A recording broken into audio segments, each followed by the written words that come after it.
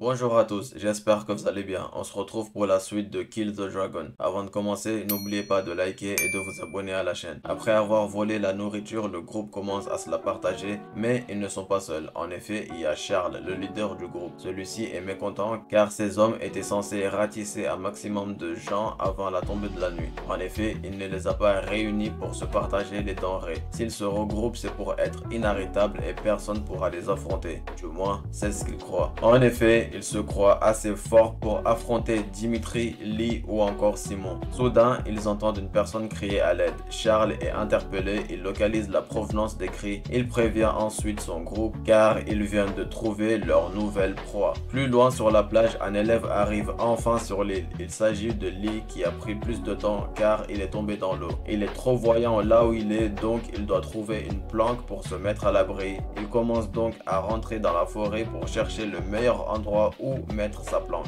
Il pense à Simon, se demandant s'il a connu la fin, car ceux qui ne l'ont pas connu pilleront les autres comme le fait Charles. Mais Simon a d'autres problèmes. En effet, il se trouve devant Dimitri qui le suit partout. Celui-ci le propose de se battre car il aime se confronter face au plus fort. Mais Simon refuse, ne voulant pas gaspiller ses forces. Dimitri ne lui veut pas de mal, il veut juste se mesurer à lui. Mais ça ne convient pas à Simon. Dimitri l'a en effet brusqué, ils auront donc tout leur temps pour se battre après, même si l'idée ne plaît pas beaucoup à Simon. En fin de journée, Charles et son groupe arrivent là où ils entendaient la voix. Il s'agit de Kuro coincé dans un arbre. Ils se moquent tous de lui. Ils lui volent ensuite son sac de provisions et partent sans l'aider. Kuro veut au moins de l'aide, mais si Charles et le groupe l'aident, ils le frapperont, donc c'est mieux qu'il reste coincé. Tous se moquent de sa situation, celui-ci ne peut que pleurer. La nuit tombe et il est toujours au même endroit, toujours coincé. Toute sa vie, il n'a eu que des remarques. Personne ne l'aime et personne n'a jamais voulu l'aider. Tout le monde n'a fait que le rabaisser et il n'a jamais compris pourquoi. La finalité a toujours été la même, lui pleurant tout seul. Il a tellement pleuré qu'il en est fatigué. Maintenant, il n'a plus aucune larme qui sort de ses yeux. Il voit ensuite Lee qui sort des bois. Il croit le reconnaître, mais il n'est pas comme d'habitude. En effet, il n'est pas physique mais ressemble plus à un fantôme. Il finit par disparaître complètement et Kuro se retrouve seul encore une fois. Mais soudain, il entend des craquements et voit Lee sortir des bois comme il l'a vu plus tôt. Celui-ci voit Kuro et se demande ce qui se passe. Le lendemain, Lee prépare une arme devant une tente qu'il a fait. Dedans, il y a Kuro qui vient de se réveiller. Il voit Lee dehors, celui-ci le salue. Kuro ne comprend pas tout, mais on lui propose à manger. Kuro, n'ayant pas de sac de provisions, Lee partage donc sa nourriture avec lui. Il sait alors que la nourriture ne suffira pas pour les deux, donc il ne veut pas être un fardeau pour Lee, mais la faim prend le dessus. Il commence donc à manger. Il remercie Lee, celui-ci ne comprend pas pourquoi il pleure, mais lui dit qu'ils iront chercher de l'eau plus tard. Au-dessus d'eux, au loin, il y a des drones qui les surveillent. Les drones surveillent aussi le groupe de Charles. En effet, dans toute l'île, il y a des drones qui surveillent les élèves. John les regarde et analyse chacun d'eux. Otto arrive ensuite pour prendre des nouvelles. Il veut savoir s'il y a des élèves qui se démarquent des autres. John en a trouvé un qui a l'air intéressant. C'est un élève qui se prépare à partir. Il s'appelle Canute Meyer. Il a préparé un radeau pour rentrer à Arc tout seul. Lee et Kuro, eux, ont trouvé de l'eau. Lee la teste pour voir si elle est potable et en effet elle l'est. Ils doivent donc boire autant que possible et remplir ensuite leurs bouteilles pour avoir des provisions. Une fois remplis, ils rentrent à la planque pour s'abriter de la chaleur. Mais ils n'ont toujours pas assez de nourriture pour survivre jusqu'à la fin. Soudain, les pouvoirs de Kuro s'activent. Il saute sur Lee et lui dit de s'arrêter. Lee ne comprend pas mais fait ce qu'il lui dit. Il a eu raison car il s'agit d'un piège. Un gros trou creusé au sol pour faire ralentir les concurrents. Lee ne comprend pas comment Kuro l'a su. Il suggère qu'il a eu un flash. En effet, il s'agit bien de cela. Kuro voit un mirage de quelque chose avant que cela ne se passe. Lee comprend alors qu'il s'agit de la caractéristique spécialisée de Kuro, une prévoyance à court terme, une capacité rare et excellente. Est-ce la situation de survie qui a stimulé Kuro? Si c'est le cas, il pourrait alors profiter de l'entraînement pour montrer ses capacités. Devant leur tente, il y a deux personnes. Il s'agit de Charles qui vient fouiller. Il ne sait pas à qui appartient la tente mais comprend qu'ils sont deux. Il n'y a aucun sac dedans, les personnes ont donc tout pris sur eux. Ils ne vont donc pas casser la tente et attendront leur retour. Ils partent donc pour les laisser revenir. Ils attaqueront quand les propriétaires se reposeront. Ces derniers, fatigués, sont sur le chemin de retour. Ils partent pour se reposer. Mais, arrivés devant, quelque chose interpelle Lee. Ils devinent qu'une personne est venue à leur tente. En effet, la pierre qui marquait l'entrée a été déplacée. Il y a différentes empreintes de pas qui montrent qu'ils sont en groupe. Pour ne pas se faire piller, il vaut mieux partir. Ils ne perdent pas de temps et partent. Au tomber de la nuit, Lee et Kuro cherchent encore un abri. Ils doivent se dépêcher avant qu'il ne fasse noir. Mais Kuro commence à se sentir mal. Ses yeux se ferment tout seuls. Ils deviennent ensuite tout blancs. Ses pouvoirs se réactivent encore. Kuro a encore des visions. Il voit une panthère arriver, se focaliser sur Lee comme proie et l'attaquer de toutes ses forces. Kuro pousse Lee pour le sauver. Celui-ci tombe et lâche sa lance en tombant. Kuro l'a poussé très loin et soudain la panthère attaque là où était Lee. Celui-ci est étonné, la panthère le vise en effet, mais Kuro n'a plus son arme. Soudain, la panthère change d'expression faciale. Elle crie de douleur, Lee prend peur et ne comprend pas. La panthère se fait en effet attaquer par derrière. Elle prend donc peur et part. Lee est sauvé, il n'est pas passé loin de la mort. Et son sauveur est José, l'ancien délégué de l'ancienne classe de Lee. Les retrouvailles sont assez originales. Mais José est blessé à la jambe, il porte un pansement. Il est tombé dans une fosse et s'est blessé. Il arrive à peine à tenir debout. Il a donc eu de la chance d'avoir croisé Lee et Kuro. Ces derniers ont aussi vu une fosse, mais grâce à Kuro, ils ne sont pas tombés dedans. José n'a aucune raison de craindre le groupe de Charles car il a mangé toute sa nourriture quand il s'est trouvé dans la fosse. C'est stupide d'avoir gaspillé toute sa nourriture, mais il en aura d'autres grâce à Lee et Kuro. Au milieu de la nuit, Charles se réveille. Il repense à avant. Son père lui dit d'intégrer Arc car ses pouvoirs psychiques se sont révélés. Mais lui veut devenir acteur. Il est en effet en train de tourner un film. Mais son père ne veut rien savoir. Il ne pense qu'à la richesse. En effet, quand la guerre contre les dragons sera finie, les Psykers deviendront la puissance militaire. Donc les Psykers seront des surhommes qui régneront sur tout le monde. C'est ainsi qu'il a rejoint Arc, même si la décision n'était pas la sienne. Dimitri, lui, continue ses exercices physiques accompagné de Simon. Celui-ci s'étonne que Dimitri ait encore autant de force. Leur nourriture s'est beaucoup diminuée. Donc, est-ce possible de survivre encore 5 jours en faisant de l'exercice? Dimitri ne veut pas perdre de muscles car il veut devenir un excellent Psyker en continuant à s'entraîner.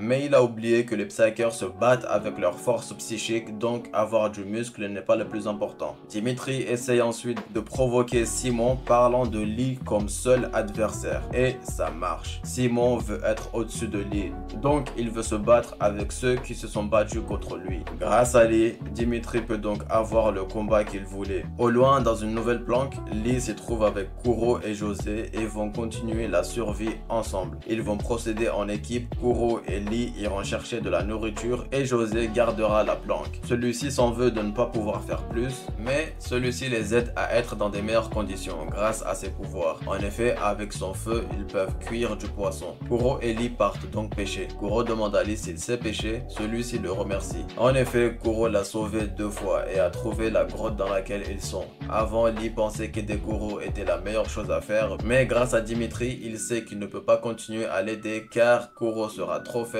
et il mourra. Lee ne savait pas quoi faire et en venant sur l'île, il s'est rendu compte de la force de Kuro. Il peut se protéger et protéger Lee. Ils vont donc s'entraider pour survivre. Lee dit à Kuro qu'ils sont amis. Celui-ci repense à sa vie d'avant quand il était petit. Il était orphelin au Japon et n'avait pas de nom. Kuro lui a été donné à cause de sa couleur de peau. À cause d'insultes continuelles, il a éveillé ses capacités psychiques. Il active donc ses pouvoirs aujourd'hui avec fierté pour aider son seul ami. Celui-ci est impressionné face aux capacités de Kuro. Il essaye de l'expliquer comment pêcher, mais Kuro s'y met tout seul. Il regarde les poissons et prévoit leurs mouvements. Il se concentre pour avoir plus de chance. En effet, Kuro avait déjà sa télékinésie et avec sa prévoyance, il pourra attraper les poissons sans matériel. Le poisson montre une ouverture et grâce à ses pouvoirs, Kuro l'attrape. Ils en attrapent plusieurs par la suite et après 3 jours de survie, ils peuvent manger à leur faim. Avec les capacités de José, ils pourront cuire les poissons. Ils prennent un coup de soleil au-dessus de la grotte. Lee remarque quelque chose de bizarre. Il jette le poisson et part voir. Et dans la grotte, il y a José blessé. Des gens sont venus les piller. On retrouve Simon contre Dimitri. Simon est étonné que Dimitri soit venu sur l'île avec des armes. En effet, Dimitri avait déjà prévu de se battre à l'épée contre Simon. Il connaît Dimitri car celui-ci a combattu avec Lee et seul un délégué est assez puissant pour le faire. Simon décide donc de se battre contre lui pour tester ses capacités, de plus que Dimitri va être promu en classe A. Cela lui convient car tout ce qu'il voulait c'est se battre contre Simon. Il se lance dans le combat. Simon s'arrête sur le coup pour analyser son adversaire. Celui-ci le remarque mais c'est trop tard, il a raté son coup. Simon attaque donc sur le côté mais ça ne marche pas. Dimitri a encaissé son coup. Dimitri le fait reculer, ainsi il peut mieux attaquer et enchaîner plusieurs coups sur Simon. Dimitri peut donc prendre le dessus. Simon réfléchit donc à comment se sortir de là. Il arrive à esquiver le coup de Dimitri. Il trouve une ouverture et passe rapidement derrière lui. Il l'attaque mais le touche un peu sur la tête. Dimitri se retourne mais Simon attaque déjà. Mais les réflexes de Dimitri le sauvent. Simon part à l'avant et Dimitri en profite pour le désarmer. Il se lève rapidement et se prépare à attaquer ou se défendre. Il décide d'attaquer pour l'achever. Simon réfléchit à comment contre-attaquer. Dimitri attaque mais Simon utilise ses pouvoirs. Avec ses capacités psychiques, il attaque Dimitri par l'arrière avec son épée. Grâce à ça, il gagne. Mais si le combat était uniquement à l'épée, Dimitri gagnerait. Simon est étonné que Lee soit plus fort que Dimitri. Lee de son côté s'inquiète pour José qui s'est fait taper. Celui-ci arrive à peine à parler mais est toujours en vie. Lee l'aide à s'asseoir et lui demande qui a fait ça. Il s'agit de Carl et son groupe. Ils ont aussi volé la nourriture. Pour éviter de se faire prendre plus de choses, ils doivent partir car Carl et son groupe reviendront. Mais Lee refuse. En effet, c'est la deuxième fois qu'ils se font attaquer. Il est temps de riposter. D'abord, il faut quitter la planque et en trouver une autre pour laisser Carl et son groupe la prendre. Et une fois la nuit tombée, la guerre pourra commencer. Au tomber de la nuit, Lee et Kuro sont revenus. Ils constatent en effet que les ennemis ont pris la planque. Ils se préparent à attaquer. Ils attaqueront à tour de rôle et ensemble ils vaincront. Kuro commence, il se concentre et utilise ses pouvoirs psychiques pour faire voler des pierres. Il lance des pierres vers eux. Ces derniers partent à toute vitesse et attaquent l'un des gardes et enchaînent avec le deuxième. Il prévient les autres et Carl dit à un de ses hommes d'aller voir ce qui se passe. Les gardes se sont fait neutraliser. Les soldats partent vers Kuro et Lee tout en voulant esquiver les pierres. Mais Kuro peut prévoir leur direction. Il les attaque donc tous sans problème. Lee enchaîne à son tour avec sa lance et les achève les uns après les autres. Il finit avec le dernier qui saigne à cause du coup. Il tombe en arrière et Carl s'y trouve. Il voit ses hommes tomber comme des mouches. Il se trouve face à son nouvel ennemi et celui-ci est prêt à se battre. Carl le reconnaît mais 6 personnes ont été vaincues donc il n'est pas seul. Et en effet, Lee est avec Kuro. Celui-ci se montre fièrement. À eux deux, ils ont vaincu tous les hommes de Carl. Kuro et Lee sont ici pour venger José et ils n'iront pas de main morte. Carl, énervé, prend une lance et se tient prêt. Lee aussi est énervé et compte bien faire mal. Carl attaque en premier. Lee reste calme et se prépare. Il le frappe sur la joue. Carl l'a ressenti. Il attaque à son tour mais Lee esquive facilement. Il l'attaque donc sur le ventre. Il ressent encore une fois la puissance de Lee. Lee le prend de haut. Il lui dit qu'il a intérêt à tenir car ce n'est que le commencement. Carl s'énerve. Il a l'habitude de prendre les autres de haut et n'aime pas se sentir faible. Mais Lee reste plus fort. Il enchaîne plusieurs coups et Carl n'en évite aucun. Il se retrouve au sol impuissant. Il se rend compte de la force de Lee et n'arrive pas à y croire. Lee lui reproche le mal qu'il a fait à José. Carl se rappelle de sa faiblesse et n'aime pas le regard de Lee. Cela lui rappelle d'anciens souvenirs. En effet, en Allemagne, il était considéré comme un génie. Son père est riche et puissant. Mais, voulant plus de pouvoir, il a poussé son fils à devenir Psyker pour conquérir le pays. Pour rendre fier son père, il doit battre Lee. Il lui jette du sable dans les yeux. Aveuglé, Lee ne peut pas se battre. Carl en profite pour l'attaquer. Kuro veut lui venir en aide. Il court vers Lee, mais Carl le menace et lui dit de ne pas approcher. Il assène plusieurs coups à Lee. Kuro veut agir, mais il a trop peur. Carl a fini de taper Lee. Celui-ci se retrouve au sol. C'est maintenant au tour de Kuro. Carl veut lui faire assez mal mal pour qu'il ne lui tienne plus tête à l'avenir. Kuro attaque en premier, il jette un caillou sur Karl. Il se tient prêt à combattre, mais Karl lui fait trop peur. Il l'attrape et le rabaisse lui disant qu'il est nul. Mais Lee se lève et se tient derrière lui. Il lui met un gros coup de poing. Le coup est assez puissant pour éjecter Karl au sol. Lee défend Kuro en rabaissant Karl à son tour. En effet, avec son groupe, ils se sont plus forts que tout le monde. Mais Simon,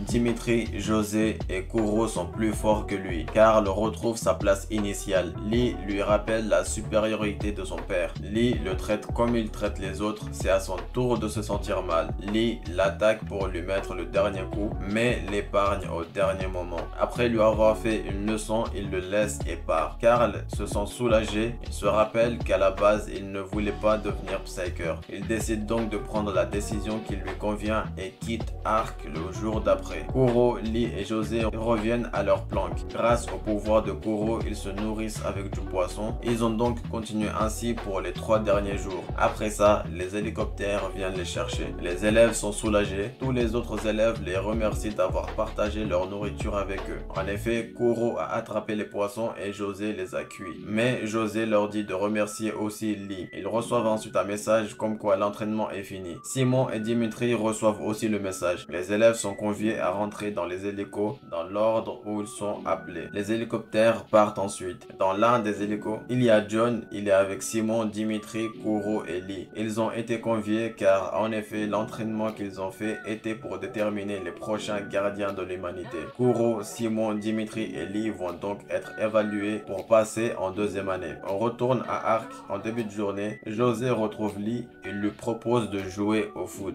Lee ne sait pas y jouer. Il connaît le foot qu'en théorie. En effet, aujourd'hui c'est un jour de pause à Ark, ce qui est rare. Les élèves peuvent donc s'amuser après le dur entraînement qu'ils ont eu. Aujourd'hui, il y a un événement important. Tous les instructeurs des élèves de première année participent à une réunion. Parmi eux, il y a Alexander Lecor, chef d'état-major d'Ark. Il y a aussi Sasha Grace, chercheuse en chef du département 2. Il parle de Dimitri et Simon qui ont les compétences pour être promus, mais Lee, lui, est différent. Depuis le début, il est bloqué au rang psychique le plus bas. Il serait encore en classe D s'il n'avait pas eu l'aide de John. Donc, quelle est la raison pour laquelle Lee doit être promu? Chen parle du combat qu'il a eu avec John où il a montré ses capacités. Lee est très doué pour utiliser des armes et a aussi une patience et une très forte force mentale. Il a tout ce dont un bon soldat a besoin. Chen essaie de bien parler de Lee devant le chef d'état-major pour qu'il soit promu. John parle aussi de son potentiel psychique et son contrôle de la télékinésie qui est sophistiqué. Il utilise la télékinésie en même temps que la force centrifuge. Ce qui est le plus surprenant, c'est que l'idée lui est venue seule. Lee apprend tout seul. Il suffit juste d'un peu de pratique. Comme le foot, au début, il ne savait pas y jouer et au final, il a marqué. Il surpasse même Dimitri et Simon qui ne font que s'embrouiller. Les instructeurs ont parlé de Kuro. Sasha n'est pas d'accord car Kuro est faible mentalement. En effet, la force mentale est le plus important pour la transformation corporelle qui débutera après la promotion. S'il ne tient pas,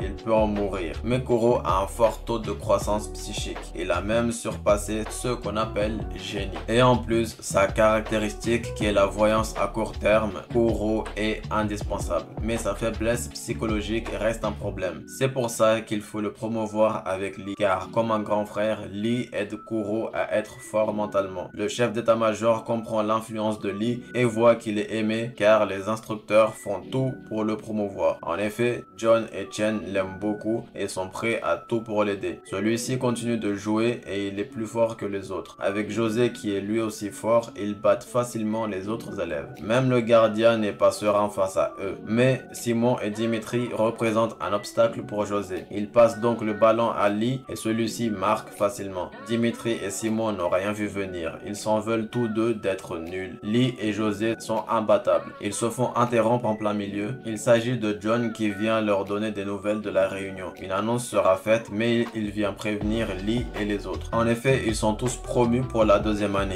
Lee va avancer et se rapprocher de plus en plus d'un niveau de Psyker. José vient le féliciter. Lee le dépasse mais il viendra le rejoindre plus tard. Lee l'attendra et ils se retrouveront au sommet. Maintenant, tout le monde doit retourner dans sa chambre. Lee remercie John. En effet, l'élection de délégué de classe, le jugement et la réunion sont grâce à lui. John lui fait remarquer que maintenant abandonner n'est plus possible. Mais Lee est déterminé. déterminé. John est fier de lui et lui dit de survivre. Ils se retrouveront plus tard. Plus tard dans la journée, ils préparent leurs valises. Kuro a peur mais Lee le rassure. En effet, la suite fait peur à Kuro. Dimitri, lui, a hâte car plus grand, il sera plus fort. Ils se rendent au pavillon 2. Ils retrouvent le docteur Sasha Grace. Elle s'occupera d'eux pendant 5 semaines. Pendant 2 semaines, ils resteront dans un incubateur et ils auront 3 semaines de rééducation. Ils se reverront dans 2 semaines. Pour les encourager, Lee va faire un dernier geste. Il lève la main et dit aux autres de joindre les leurs. Un geste simple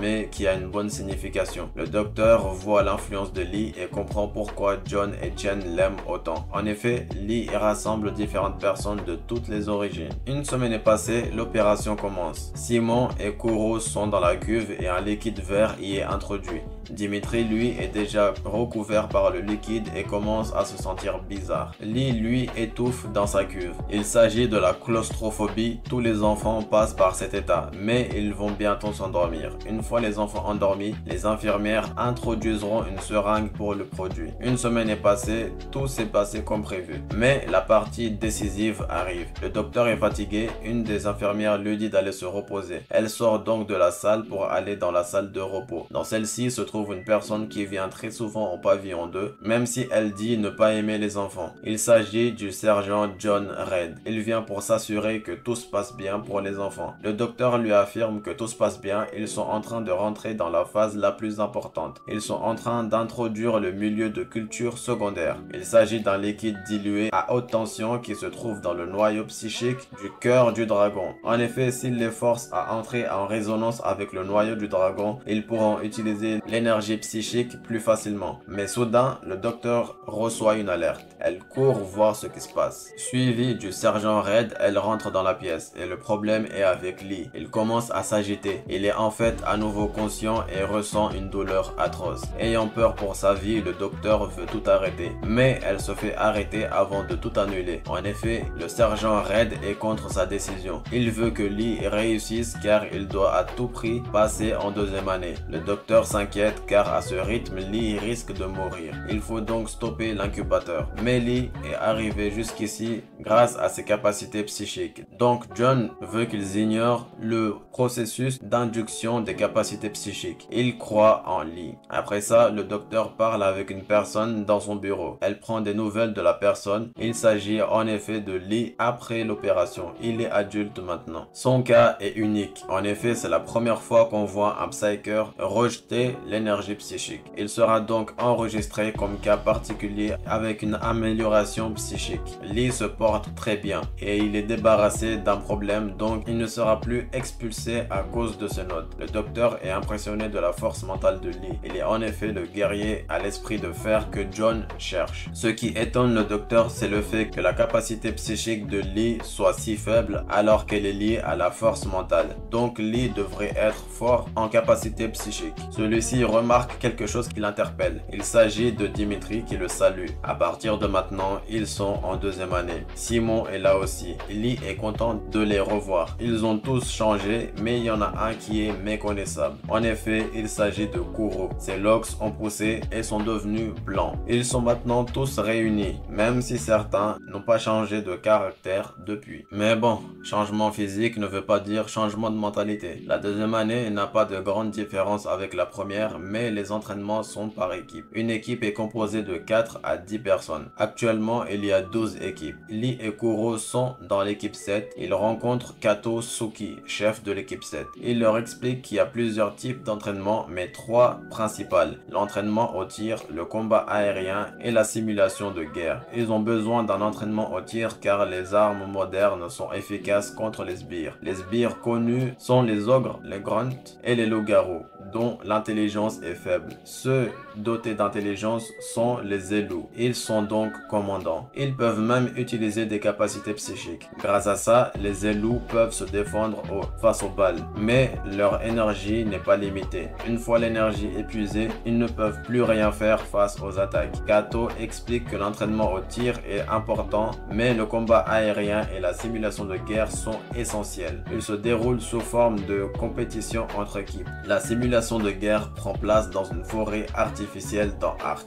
Le but est de capturer le drapeau de l'équipe adverse. Même s'il n'y a pas de lame, les coups donnés peuvent être mortels. Le combat aérien est un entraînement simple avec des arbitres. Il faut faire tomber toute l'équipe adverse. Il nécessite un soutien à l'arrière. Le soutien doit manipuler plusieurs airbeats. Il aide les membres de l'équipe à se déplacer et peut frapper directement les ennemis avec les airbeats en cas d'urgence. Jusque maintenant, Kato et son équipe n'avaient pas de psyker compétent, mais maintenant Kuro est là. Kato lui demande s'il peut le faire. Kuro hésite. L'autre membre lui met une pression car il prend trop de temps à répondre. Lee répond à sa place, mais il n'a pas le temps de finir et se fait interrompre par l'homme qui lui dit de se taire. Kato lui dit d'arrêter. En effet, c'est le premier jour pour eux et ils ont beaucoup à apprendre. Il commence à dire à Lee de se mettre en dessous d'eux car ils sont là depuis longtemps avant lui et il finit par avouer ce qu'il a derrière la tête. En effet, il a ramené Lee ici pour ramener Kuro avec lui et rien d'autre. Il se moque ensuite de Lee qui a la pire capacité psychique et lui dit de ne pas les déranger. Lee se sent humilié face à ces insultes mais décide de ne rien faire pour l'instant et d'obéir. Kato accepte et il se serre la main. Même si au fond de lui il ne l'aime pas, Lee lui décide de jouer le jeu jusqu'au bout. Plus tard, Lee prend une douche. Il repense à sa formation. En effet, ils apprennent à tirer. Lee se montre doué avec. Le chef de son équipe l'observe attentivement. Il suit Lee partout pour l'évaluer. Devant lui, Lee se donne à fond pour avoir de bonnes notes. Lee est confiant car il vient de montrer à Kato qu'il n'est pas inutile, mais celui-ci ne lui dit rien.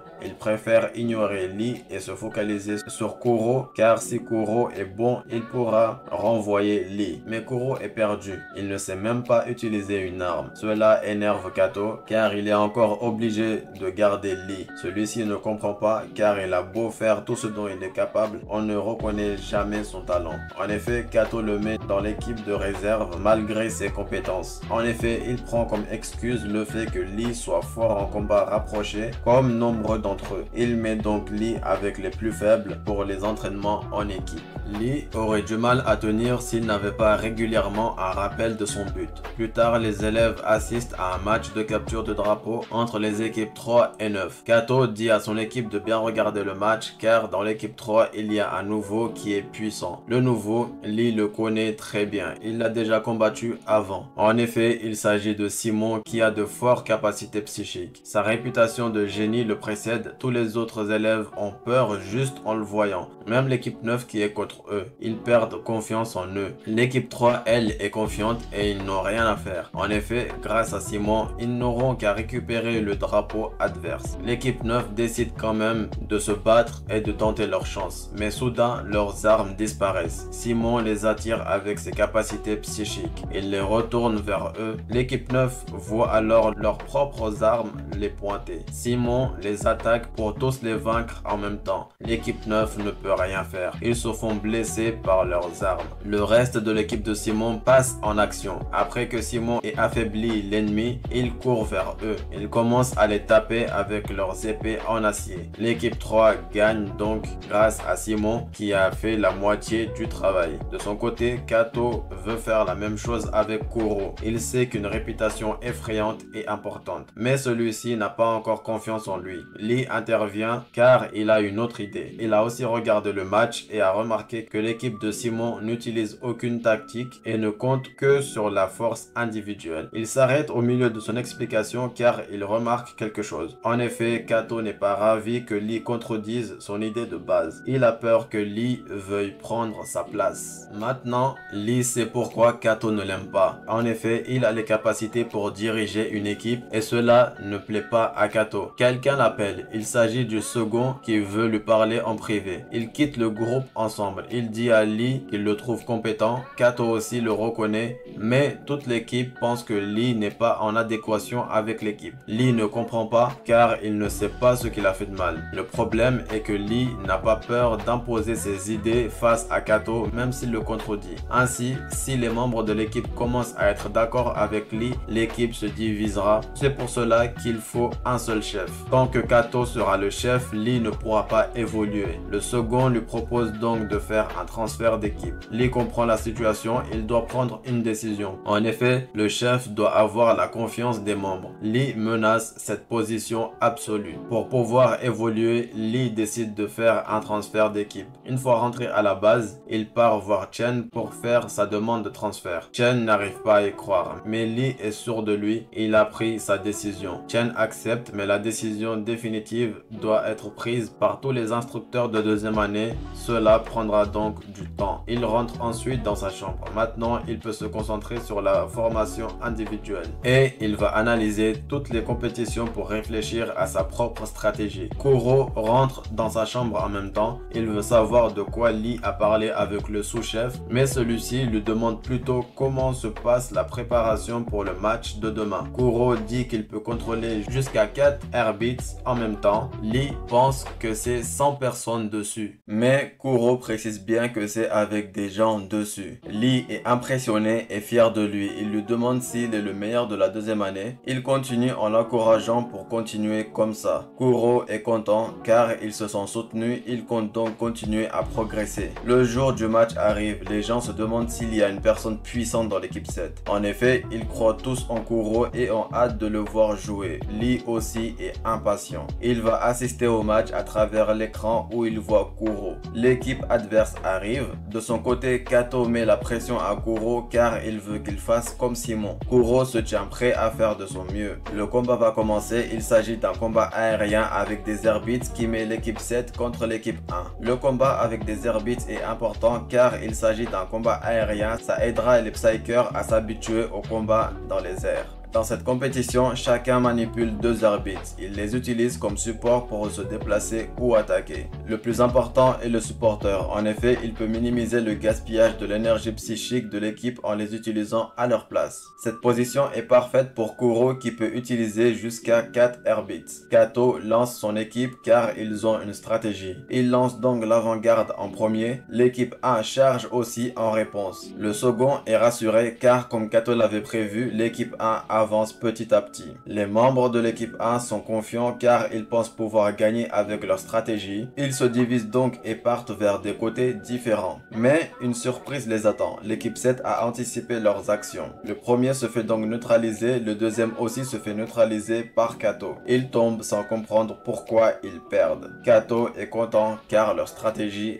marche. Tout le monde est étonné face aux performances de l'équipe 7, mais Lee lui sait ce qui risque d'arriver. Avant le match, Kato a expliqué sa stratégie. L'équipe 1 vont utiliser chacun leur propre airbeat car ils n'ont pas de supporters puissants. Eux en Kuro, donc il va contrôler les 4 airbeats. Kato le charge de déplacer les airbeats en avance car il peut prévoir les mouvements. Kato et le sous-chef sont forts en combat rapproché, donc ils attaqueront. Lee constate que le plan de Kato marche jusqu'à maintenant. Kato et le sous-chef sont contents et disent à l'équipe de continuer ainsi. Mais Kuro n'en peut plus, on lui donne trop de charge. Il se force pour utiliser ses pouvoirs. Il prévoit les mouvements et déplace les arbitres en même temps. Mais l'équipe 1 riposte aussi. L'un d'eux fait tomber un de l'équipe 7. Mais il ne reste que 2, le chef et le sous-chef. Kuro fait avancer son équipe. Ils sont 4. Devant, l'équipe 1 est bloquée, donc il pense à une stratégie. Ils visent Kuro car c'est lui qui soutient l'équipe 7. Ils exécutent donc leur plan. Le sous-chef se tient prêt à agir. Le chef suit par derrière. L'équipe 7 se tient prêt à les recevoir. Le sous-chef est en dessous, suivi par son chef au-dessus. Le sous-chef attaque le chef et le sous-chef de l'équipe 7 en même temps, pendant que son chef passe devant. Kato dit alors à ses hommes d'arrêter le chef. Mais celui-ci neutralise l'un d'eux et fait reculer l'autre. Ainsi, il est passé sans problème. Celui qui reste veut aller le stopper, mais son chef lui dit de venir les aider. En effet, le sous-chef de l'équipe 1 veut tomber avec eux en même temps. Lee s'inquiète car il fallait protéger Kuro, celui-ci se retrouve seul. Kato lui a chargé de garder les arbitres 4 et 8 au cas où il en aurait besoin. Celui-ci va devoir les utiliser car le chef est près de lui. Sous la panique, Kuro s'apprête à utiliser le Airbeat 4 et le 8. Il les fait venir d'en haut pour surprendre l'ennemi. Le chef attaque mais les Airbeats sont déjà derrière lui. De son côté, le sous-chef fait de son mieux, mais il s'est fait neutraliser par l'équipe 7. Il tombe donc de son Airbeat. Kato veut voir comment Kuro s'en sort, mais celui-ci a perdu face au chef de l'équipe 1. Celui-ci est content car il sait qu'il a gagné. En effet, la chute de Kuro a fait tomber Kato et le sous-chef car c'est lui qui contrôlait leurs Airbeats. Le combat est devenu un face-à-face. Lee sait pourquoi ils ont perdu car Kato ne comptait que sur les capacités psychiques de Kuro. Celui-ci gère mal la pression. Face au chef de l'équipe 1, il allait gagner mais a fait une erreur. En effet, sous la pression, Kuro a cassé les deux Airbeats en les entrechoquant. Face à son erreur, Kuro prend peur et perd le contrôle. Le chef de l'équipe 1 n'a qu'à l'achever. Kuro a perdu car il luttait contre une trop grosse pression, c'est à cause de ça que l'équipe 7 a perdu. L'équipe 1 a donc gagné. Lee sait comment utiliser Kuro pour gagner car il le connaît mais il doit être le chef d'équipe. 3 semaines plus tard, Lee se retrouve devant Chen qui a une réponse à lui donner. La demande de Lee a été approuvée et celle-ci était en fait de créer une nouvelle équipe, pas de se faire transférer. Lee lui-même en est étonné. Les instructeurs veulent lui donner sa chance au vu des résultats qu'il a donnés. Mais il y a des conditions à respecter. Le nombre des membres doit être de 4, y compris le chef, et le recrutement d'une personne qui est déjà dans une équipe est autorisé. Lee comprend alors que tous les autres chefs l'auront à l'œil ne voulant pas perdre leurs meilleurs membres. Donc Lee sera seul face à tous et il est prêt pour le défi. Il part ensuite du bureau et réfléchit à qui va être dans son équipe. Ceux à qui il pense tout de suite sont José et Kuro, mais José n'est pas en deuxième année. Il doit donc d'abord parler à Kuro, mais il reste encore une personne. Lee se rend compte qu'une personne fera l'affaire comme premier membre. Il part donc le voir dans sa chambre. Celui-ci ouvre et reçoit Lee. En effet, il s'agit de Dimitri. Celui-ci s'entend bien avec Lee. Kato, lui, de son côté, n'est pas satisfait. En effet, ils ont de moins en moins de victoire à cause de Kuro. Il regrette de ne pas avoir recruté Simon. En effet, celui-ci est aussi fort en capacité psychique qu'en combat rapproché. Kuro, lui, ne sait rien faire seul. Ses statistiques personnelles sont très bas. Lee les écoute en cachette. Il entend Kato dire qu'il continue à utiliser Kuro parce qu'il n'a pas de remplaçant. Lee, de son côté, a proposé à Dimitri de rejoindre son équipe. Lee lui a dit qu'il pense aussi à Kuro comme membre de son équipe, mais Dimitri n'a pas encore donné sa réponse. Malheureusement, Dimitri va devoir refuser la demande de Lee. En effet, il sera le prochain leader de l'équipe 5. Lee n'est pas content de l'entendre, mais accepte le choix de Dimitri. Celui-ci voit la déception de Lee et décide de lui avouer quelque chose pour le rassurer. Dimitri préfère être l'adversaire de Lee qu'être en dessous de lui. En effet, il veut être le rival de Lee. Celui-ci comprend car c'est comme ça depuis le début. Ils seront donc adversaires et se battront probablement, ainsi sera leur amitié. Lee part ensuite dans les couloirs, il entend les gens l'insulter parce qu'il veut être chef d'équipe. En effet, depuis que sa volonté à créer une nouvelle équipe a été annoncée, tous les chefs le surveillent. Surtout Kato qui se sent trahi car Lee est dans son équipe. Il accepte que Lee quitte son équipe mais veut pas que celui-ci recrute Kuro. En effet, perdre Kuro serait grave car personne ne peut le remplacer. Lee le connaît mieux que Kato et sait que sous ses ordres, Kuro ne pourra pas utiliser toutes ses capacités. Kato n'est pas d'accord, il pense que Kuro évoluera une fois habitué à lui. Mais Lee peut l'aider à développer immédiatement toutes ses capacités et il peut donc gagner même avec des forces limitées. Face à ces paroles, Kato s'énerve. Lee lui dit qu'il ne sert à rien de reprocher la défaite à ses hommes, le résultat sera le même. Kato s'énerve, il le menace et lui dit que Kuro ne quittera pas son équipe. Mais le choix est à Kuro et pas à Lee ni à Kato. Celui-ci se tourne donc vers Kuro et le menace de le tuer s'il part de son équipe. Kuro prend peur face à ces menaces, mais Lee décrédibilise Kato lui disant qu'il parle trop mais ne fait rien derrière. Kato le frappe alors sous la colère, Lee a dit les mots de trop. Lee tombe au sol sous le coup de Kato, celui-ci se rend compte ensuite de son erreur, mais Lee s'énerve, il en a marre que tout le monde lui dise quoi faire. Il se lève et part, ne voulant pas aggraver la situation.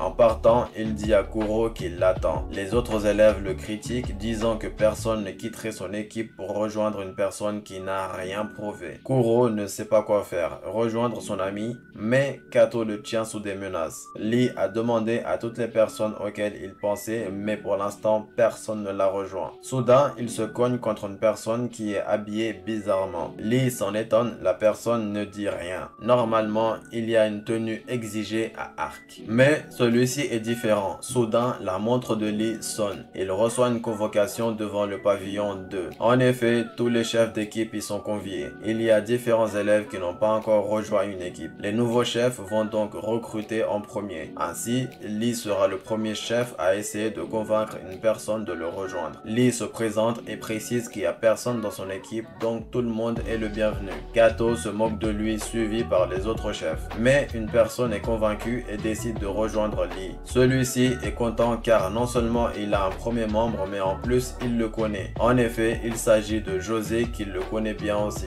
Il rentre ensuite pour discuter.